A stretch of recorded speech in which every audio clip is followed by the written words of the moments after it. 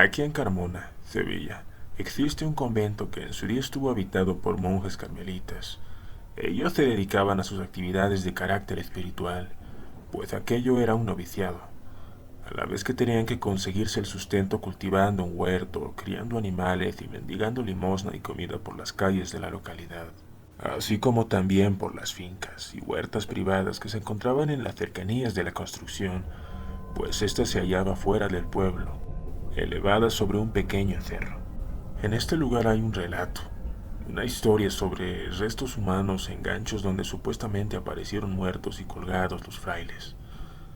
Verán, a este edificio acudían a escuchar misa los domingos muchas familias que vivían en las proximidades dedicadas al cultivo de las huertas y campos. Eran muchas, ciertamente, pues también existía cercano al convento un pequeño colegio donde se impartían las clases diarias y los frailes siempre se quejaban del poco agua que había que no permitía el buen riego de verduras y hortalizas, lo que perjudicaba a la cosecha ya que fuese fructífera. La situación económica que se estaba padeciendo en España tras la guerra civil ocurrida en 1936 obligaba a los monjes a realizar algo que me llevó a pensar que bien hubiera causado un verdadero conflicto en las almas de alguno de aquellos, pues se veían obligados a salir por las noches y a volver con sus ropas rasgadas por las dentalladas de los perros guardianes de las huertas cercanas, que eran saqueadas por esos penitentes para poder sobrevivir. Un monje robando, violando uno de los mandamientos más importantes. Estoy seguro que a uno de ellos le produjo una verdadera desazón el tener que realizar esto, pero era instinto de supervivencia. Sobre los años 50, el convento fue abandonado sin previo aviso y vendido en 1957 a gente adinerada de Madrid, oscura operación que ha intentado ocultarse haciéndose sucesivos traspasos de carácter privado a distintas personas. Voy a hacerla corta para no enredarlos. Pocos decían, ciertamente, que ahí hubiesen fantasmas o se produjese alguna anomalía, pero antes de que desapareciera de su antigua ubicación, todos hacían mención de lo espeluznante que eran unos ganchos para colgar comida que existían en la despensa subterránea del convento.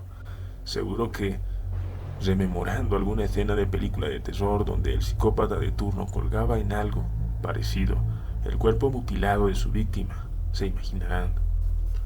Así como también se escuchaban voces de las paredes, se decía.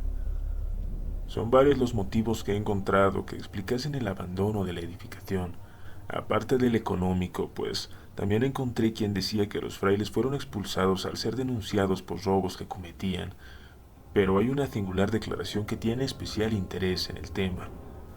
Lo que dice, bien, pudiera tratarse de una leyenda urbana, pero por haber sido dada por un mando policial y porque era hijo de alguien que trabajaba en el convento de la época de su abandono, creo que debe ser tenida en consideración. Una mañana aparecieron degollados y colgados en los ganchos existentes en el techo del sótano los cuerpos de varios frailes. Al conocerse este hecho, la policía se apersonó en el lugar y encontró un fraile, escondido en un rincón asustado.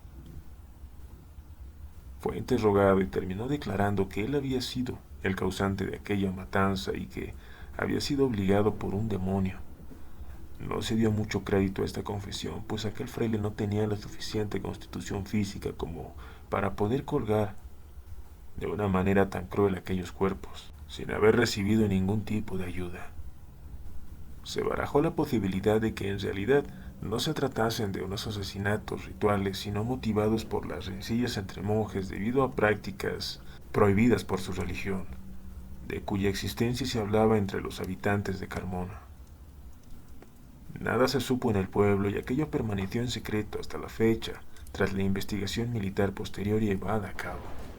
Aquella leyenda urbana acabó tomando veracidad cuando salió a la luz un documento que se encontraba en uno de los archivos históricos y, gracias a la labor de un investigador que tradujo del castellano antiguo al manuscrito original, este contaba los sucesos ocurridos en la mañana del 25 de noviembre de 1680, cuando aparecieron el padre prior y el resto de los frailes, menos uno, el que contó la historia, colgados de los ganchos del techo del sótano y siendo devorados por pequeños seres, quienes, al verlo, se unieron formando un solo ser, un mismo cuerpo, que le dijo: te dejé vivir para que proclamaras mi venida al mundo. Y empezó a carcajearse. Un fuego invadió entonces todo el sótano y el fraile corrió y oyó a sus espaldas: ve, di a la gente, pide ayuda. Aquí está el diablo. Nadie le creyó al monje que fue arrestado. Pero mientras eran enterrados los frailes asesinados, el cielo se oscureció y en ese momento pudieron ver cómo en la terraza se aparecía ese demonio, entre dos columnas de fuego, carcajeándose y maldiciendo al pueblo. Todos los presentes huyeron y al día siguiente, armados con cruces y Biblias, muchos hombres llegaron hasta el convento y el diablo estaba sobre la torre, viendo cómo los hombres derribaban la puerta y entraban en la edificación, camino al campanario. Muchos desaparecieron, pero la mayoría eran arrojados desde lo alto, como si fueran muñecos. Satán, mientras tronaba el viento, se abrió el cuerpo y gritó: perezca todo y todos. Y un temblor de la tierra destruyó el convento y a la gran mayoría de los que estaban allí. Los supervivientes sembraron todo aquello de sal y la ciudad debió purgar sus pecados con muchos años de misas y indulgencias. Este manuscrito abre interrogantes que quizás nunca puedan ser aclaradas. ¿Realmente el convento, antes de ser destruido, contaba con un campanario que no se volvió a levantar en la nueva construcción? ¿Una auténtica masacre ocurrida en el sótano o se trata de un invento de un escribano del siglo XVII?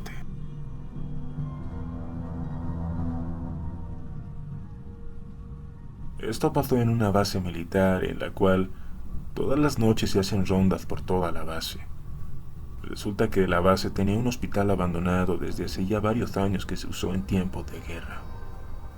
Bueno, pues dos guardias con su perro les tocaba hacer la ronda esa noche y estaban tan tranquilos hasta que pasaron cerca del hospital y vieron que una de las plantas tenía las luces encendidas, cosa que no podía ser porque no podía tener luces ese hospital después de tantos años. Fueron a apagar las luces pensando que estaban dadas por algún motivo, porque estaban haciendo obras o vete tú a saber qué. Vieron que eran las luces de los baños y fueron a apagarlas rápidamente y al salir de ahí lo antes posible, comprobaron que las demás luces no encendían. Al dar una vuelta por el pabellón, vuelven a ver las luces encendidas en el hospital y ya decidieron no ir a apagarlas. Total, siguieron como si nada y al rato, ya intrigados demasiado, vuelven a pasar por ahí y ven que todas las luces están apagadas como siempre. Ya pensaron que ahí tenía que ver algo que no era normal. Cuando ya se iban retirando, escucharon un golpeteo en la ventana de la puerta. Manuel, mi camarada, quien es quien me contó la historia, dice que no vio nada por la ventana, pero Jorge, quien lo acompañaba al dar la ronda, dice que vio otra cosa. Él sí vio algo. Pasó bastante tiempo por el que Jorge no dijo lo que vio. Evitaba tocar el tema cuando se le preguntaba, pero después de bastante tiempo lo confesó. Él aseguró que vio a un hombre sin cabeza, vestido de negro y que le saludaba.